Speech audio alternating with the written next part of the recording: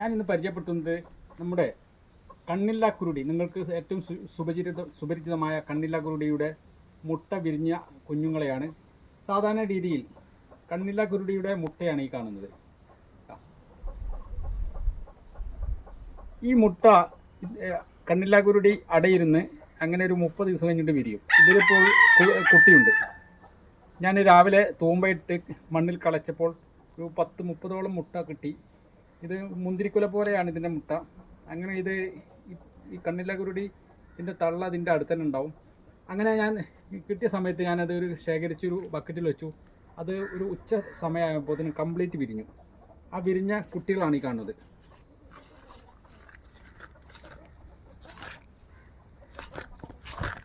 ധാരാളം കുട്ടികളുണ്ട്. അപ്പോൾ ഇതിൻ്റെ കളർ ബ്ലാക്കാണ്. അപ്പോൾ ഈ സാധാരണ രീതിയിൽ നമ്മൾ പ്രസവിക്കുന്ന പാമ്പ് അണലി മാത്രമേ ഉള്ളൂ. ബാക്കിയുള്ള എല്ലാ പാമ്പുകളും മുട്ടയിടാറ്. കുഞ്ഞുങ്ങളെ വളർത്തുന്നത് മുട്ടയിട്ട് അങ്ങനെ വളർത്തുന്നതാണ്. ഈ ലോകത്തുള്ള എല്ലാ പാമ്പുകളും പ്രസവിക്കുന്നില്ല. ഒരു പാമ്പ് മാത്രമേ പ്രസവിക്കുന്നുള്ളൂ, അണലി. ഈ ഇന്ത്യയിൽ വിഷമുള്ള 5 പാമ്പുകൾ മാത്രമേ ഉള്ളൂ. കിങ് കോബ്ര അഥവാ രാജവെമ്പാല, അണലി, വള്ളിക്കെട്ടൻ, അതുപോലെ തന്നെ മൂർഖൻ, അത് വേറെ ഒരു പാമ്പ് കൂടിയുണ്ട്. അങ്ങനെ ഈ പാമ്പുകൾ നമ്മൾ വളരെ നമ്മുടെ ഉപദ്രവകാരികളല്ല, പക്ഷേ ഇട്ട് ചവിട്ടുമ്പോഴാണ് നമ്മളെ കൊത്തുന്നത്. ദൈവം നമ്മുടെ ഈ ലോകത്ത് എല്ലാ പാമ്പുകളും സൃഷ്ടിച്ചത് മനുഷ്യ നന്മയ്ക്ക് വേണ്ടിയിട്ടാണ്.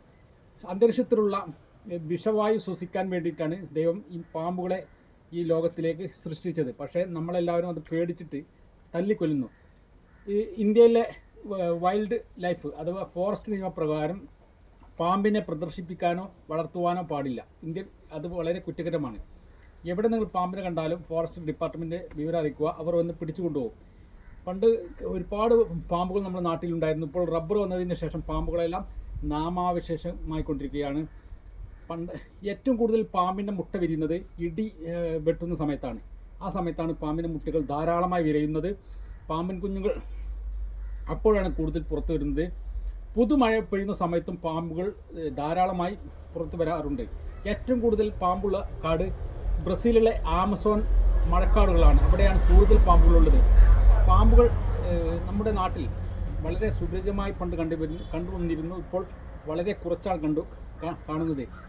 ഒരു പാമ്പ് നമ്മളെ കൊത്തിയാൽ എത്രയും പെട്ടെന്ന് ആ മുറിവ് കൊത്തിയ ഭാഗത്തെ വെനം ഞെക്കിക്കളയുകയും സോപ്പ് കൊണ്ട് നല്ലവണ്ണം കഴുകുകയും അതുപോലെ തന്നെ ഈ കൊത്തിയ രോഗിയെ സമാധാനിപ്പിച്ച് അത് ബേജാറ് കൂട്ടാതെ ഒരു സ്ഥലത്ത് ഇരുത്തുകയും ചെയ്യണം. നടക്കാൻ സമ്മതിക്കരുത്. അങ്ങനെ പെട്ടെന്ന് തന്നെ ഹോസ്പിറ്റലിലേക്ക് കൊണ്ടുപോകണം. നിങ്ങൾ കൊണ്ടുപോകേണ്ട ഹോസ്പിറ്റൽ നമ്മുടെ മെഡിക്കൽ കോളേജ്, ഗവൺമെൻറ് മെഡിക്കൽ കോളേജിലേക്കാണ് കൊണ്ടുപോകേണ്ടത്. കാരണം അവിടെയാണ് ഇതിൻ്റെ ആൻറ്റിവനം ഉള്ളത്. ഈ പാമ്പ് ഏത് പാമ്പാണ് കൊത്തിയത് ആ പാമ്പിൻ്റെ ഫോട്ടോ എടുക്കണം. അല്ലെങ്കിൽ ഐഡൻറ്റിഫൈ ചെയ്യാൻ പറ്റിയ എന്തെങ്കിലും സംവിധാനത്തിലൂടെ ആ പാമ്പിനെ തിരിച്ചറിയണം. എന്നെങ്കിൽ മാത്രമേ നിങ്ങൾ കൊണ്ടുപോകുന്ന ഡോക്ടർക്ക് പറഞ്ഞു കൊടുക്കാൻ കഴിയുകയുള്ളൂ. ഏറ്റവും നല്ലത് നിങ്ങൾ ഒരു ഫോട്ടോ എടുത്ത് ആ ഫോട്ടോ കൊണ്ടുപോകുന്നതാണ്. എത്ര പെട്ടെന്ന് തന്നെ ഹോസ്പിറ്റലിലേക്ക് എത്തിക്കണം. കാരണം ഓരോ നിമിഷവും വിലപ്പെട്ടതാണ്. ഹോസ്പിറ്റലിൽ എത്തിച്ചു കഴിഞ്ഞാൽ അവിടെ ഏത് പാമ്പാണ് കുത്തിയത് ആ പാമ്പിനെ തിരിച്ചറിഞ്ഞു കഴിഞ്ഞാൽ ഉടനെ തന്നെ അതിൻ്റെ ആൻറ്റിവനം, അതിൻ്റെ പ്രതിരോധ കുത്തിമരുന്ന് കൊടുക്കുന്നതാണ്. അല്ലെങ്കിൽ പാമ്പിനെ തിരിച്ചറിഞ്ഞില്ലെങ്കിൽ പല മരുന്നുകളും കുത്തിവെക്കേണ്ടി വരും. അതുകൊണ്ട് മാറാൻ വളരെയധികം താമസം പിടിക്കും. അതുകൊണ്ട് ഏത് പാമ്പാണ് കുത്തിയത് ആ പാമ്പിൻ്റെ ഫോട്ടോ എടുത്ത് നിങ്ങൾ കൊണ്ടുപോയി കഴിഞ്ഞാൽ അതേ മരുന്ന് കുത്തിവെക്കുകയും തൽഫലമായി ആ രോഗി പെട്ടെന്ന് സുഖപ്പെടുന്നതാണ്. അതുകൊണ്ട് എത്രയും പെട്ടെന്ന് നിങ്ങൾ മെഡിക്കൽ കോളേജിലേക്കാണ് കൊണ്ടുപോകേണ്ടത്. അവിടെയാണ് ഇതിൻ്റെ മരുന്നുകളെല്ലാം അടങ്ങിയിട്ടുള്ളത്. അതുകൊണ്ട് നിങ്ങൾ ഏറ്റവും കൂടുതൽ കർഷകരാണ് നമ്മുടെ ഇന്ത്യയിൽ, ലോകത്ത് തന്നെ ഏറ്റവും കൂടുതൽ കർഷകരാണ് പാമ്പ് കടിയേറ്റ് മരിക്കുന്നത്. കാരണം കർഷകരാണ് കൂടുതൽ മണ്ണിൽ പണിയെടുക്കുന്നത്. അതുകൊണ്ട് കർഷകരോട് എനിക്ക് പറയാനുള്ളത്, വലിയ കാട്ടിലേക്ക് പോകുമ്പോൾ നിങ്ങൾ ജോലി ചെയ്യാൻ പോകുന്ന സമയത്ത് ഒരു ഷൂ ധരിക്കുന്നതാണ് നിങ്ങൾക്ക് ഏറ്റവും നല്ലത്. അതുകൊണ്ട് സേഫ്റ്റി ആയിട്ട് നിങ്ങൾ ജോലി ചെയ്യണം. പാമ്പുകൾ പ്രധാനമായിട്ടും നമ്മുടെ ശത്രുക്കളെല്ലാം മിത്രങ്ങളാണ്. പക്ഷേ നമ്മൾ പേടിച്ചിട്ട് നമ്മൾ അവരെ കൊല്ലുന്നു. അതുകൊണ്ട് ഒരിക്കലും കൊല്ലാൻ പാടില്ല. നിങ്ങൾ ഫോറസ്റ്റ് ഗാർഡിനെ അറിയിക്കേണ്ടതാണ്. പാമ്പുകൾ പല വിധത്തിലുണ്ട്. അതുകൊണ്ട് പാമ്പുകൾ ഈ ചൈനയിൽ ഏറ്റവും കൂടുതൽ പാമ്പുകളെ വളർത്തുന്നു. കാരണം അവർ 3 ഉദ്ദേശം കൊണ്ടാണ് അവർ വളർത്തുന്നത്. 1 അതിനെ ഭക്ഷിക്കാൻ, 2 അതിൻ്റെ വിഷം എടുക്കാൻ, 3 അതിൻ്റെ വിഷമെടുത്ത് അത് ലഹരി വസ്തുക്കൾ ഉണ്ടാക്കാൻ. ഈ വിഷം തന്നെ ഇതിന് മെഡിസിനായിട്ട് ഉപയോഗിക്കുന്നുണ്ട്. അതുകൊണ്ട് ഏറ്റവും കൂടുതൽ പാമ്പുകളെ ഉൽപ്പാദിപ്പിക്കുന്നതും വിൽക്കുന്നതും ചൈനയിലാണ്. നിങ്ങൾക്ക് ഞാൻ പറയാതെ തന്നെ നിങ്ങൾക്കറിയാം. അതുകൊണ്ട് നമ്മുടെ പാമ്പുകളെ വെച്ച് നിങ്ങൾ പ്രതിഷ്ഠിക്കാൻ പാടില്ല. കാരണം പാമ്പ് നിങ്ങളെ ആക്രമിക്കുമ്പോൾ നിങ്ങൾക്ക് ഒഴിഞ്ഞു മാറാൻ കഴിയില്ല. പാമ്പ് ആക്രമിക്കുമ്പോൾ ഒഴിഞ്ഞു മാറാൻ പറ്റിയ ഏക ജീവി പൂച്ചയേ ഉള്ളൂ. പൂച്ചയ്ക്ക് ഏറ്റവും കൂടുതൽ പ്രതിരോധ ഒരു പാമ്പ് കൊത്തുമ്പോൾ അതിന് ആ പാമ്പ് ഒഴിഞ്ഞു മാറാൻ ഏറ്റവും കൂടുതൽ സാധ്യതയുള്ള, ഒഴിഞ്ഞു മാറാൻ ഏറ്റവും കൂടുതൽ കഴിവുള്ള ഒരു ജീവിയാണ് പൂച്ച. പക്ഷേ മനുഷ്യർക്ക് ഇങ്ങനെ ഒഴിഞ്ഞു മാറാൻ കഴിയില്ല. അതുകൊണ്ട് പാമ്പിനെ നിങ്ങൾ പ്രദർശിപ്പിക്കുന്ന ആളുകളെ നിങ്ങൾ അനുകരിക്കരുത്. കാരണം അത്രക്കും വലിയൊരു അപകടം പിടിച്ചൊരു സംഗതിയാണ് പാമ്പിനെ പ്രദർശിപ്പിക്കുന്നതും പാമ്പിനെ കളിപ്പിക്കുന്നതും. അതുകൊണ്ട് നിങ്ങളുടെ ജീവൻ വെച്ച് പന്താടരുത്. മറ്റുള്ളവർ പാമ്പിനെ പ്രദർശിപ്പിക്കുന്നത് കണ്ട് നിങ്ങൾ അനുകരിക്കരുത്. കാരണം അത് അപകടകരമാണ്. അതുകൊണ്ട് പാമ്പിനെ കുറിച്ച് പറയുകയാണെങ്കിൽ ഒരുപാട് കാര്യങ്ങൾ പറയാനുണ്ട്. അതുകൊണ്ട് ഏറ്റവും കൂടുതൽ കടലിലെ പാമ്പുകൾ വളരെ വിഷമുള്ളവയാണ്.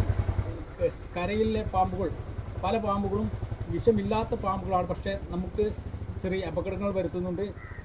ഈ 5 പാമ്പുകളും നമുക്ക് ഏറെ അപകടകാരിയാണ്. പാമ്പുകൾ മുട്ടയിട്ട് അടയിരിക്കുന്ന സമയത്ത് അവിടെയൊക്കെ ചെന്ന് കഴിഞ്ഞാൽ അവർ നമ്മളെ വളരെയധികം ആക്രമിക്കുന്നതാണ്.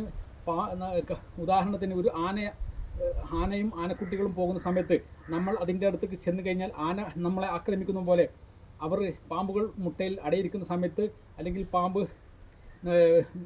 കുട്ടികളുള്ള സമയത്ത് നമ്മൾ അങ്ങോട്ട് ചെന്ന് കഴിഞ്ഞാൽ നമ്മളെ ആക്രമിക്കാൻ 100% ആക്രമിക്കുന്നതാണ്. അതുകൊണ്ട് ഒരിക്കലും നിങ്ങൾ അങ്ങോട്ട് പോകരുത്. അതുപോലെ തന്നെ പാമ്പിനെ നമ്മൾ വീട്ടിൽ കണ്ടാൽ നമ്മൾ കുറച്ച് പാൽക്കായം കുടഞ്ഞു കഴിഞ്ഞാൽ ആ ഭാഗത്തേക്ക് പാമ്പ് വരില്ല. പാൽക്കായം അവർക്ക് വളരെ അധികം അതിൻ്റെ വാസന അവർക്ക് എതിരാണ്. അതുകൊണ്ട് പാമ്പുള്ള സ്ഥലത്ത് കുറച്ച് പാൽക്കായം കുടഞ്ഞു കഴിഞ്ഞാൽ ആ പാമ്പ് പെട്ടെന്ന് സ്ഥലം വിടുന്നതാണ്. അതുകൊണ്ട് നിങ്ങൾ ഈ പാമ്പിനെ കുറിച്ച് പറയാനുള്ള ഒരുപാട് കാര്യങ്ങൾ പറയാനുണ്ട്. അതുകൊണ്ട് എനിക്ക് കിട്ടിയ ഈ നമ്മുടെ കണ്ണിലാകുരുടി എന്ന് പറഞ്ഞു കഴിഞ്ഞാൽ ആ പാമ്പിന് കണ്ണില്ല എന്നാണ് ഇതിൻ്റെ പ്രത്യേകത. അതിൻ്റെ നിറം കറുപ്പാണ്. നമ്മൾ തെങ്ങ് തടം തുറക്കുന്ന സമയത്തൊക്കെ അതിന് ധാരാളമായി കണ്ടുവരുന്നു. അതിൻ്റെ മുട്ട മുന്തിരി പോലെയാണ് ഇതിൻ്റെ മുട്ട. അത് വിരിഞ്ഞ് ഞാൻ കിട്ടിയ ഒരു രംഗമാണിത്. വളരെ ഒരു ആകർഷണം തോന്നി എനിക്ക്. ധാരാളമുണ്ട്. ഇതൊക്കെ അതിൻ്റെ കുട്ടികളാണ്.